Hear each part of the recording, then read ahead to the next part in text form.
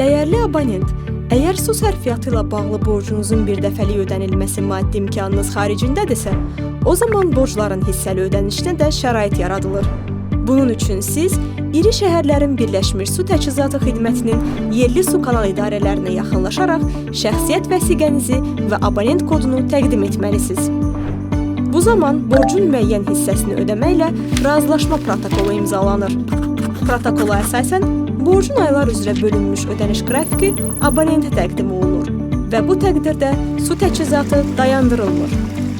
Xüsusilə diqqətə çatdıraq ki, yığılmış debitor borcların silinməsi və ya müəyyən hissəsinin azaldılması ilə bağlı ayrı-ayrı şəxslər tərəfindən verilən vədlər əsassızdır. Borcla bağlı məlumatlar abonent bazasında əks olunur. Borcun azaldılması və silinməsi hər hansı şəxsin iradəsi və imkanı xaricindədir. Borcun azaldılması yalnız qanuni və əsaslandırıldığı halda həyata keçirilə bilər.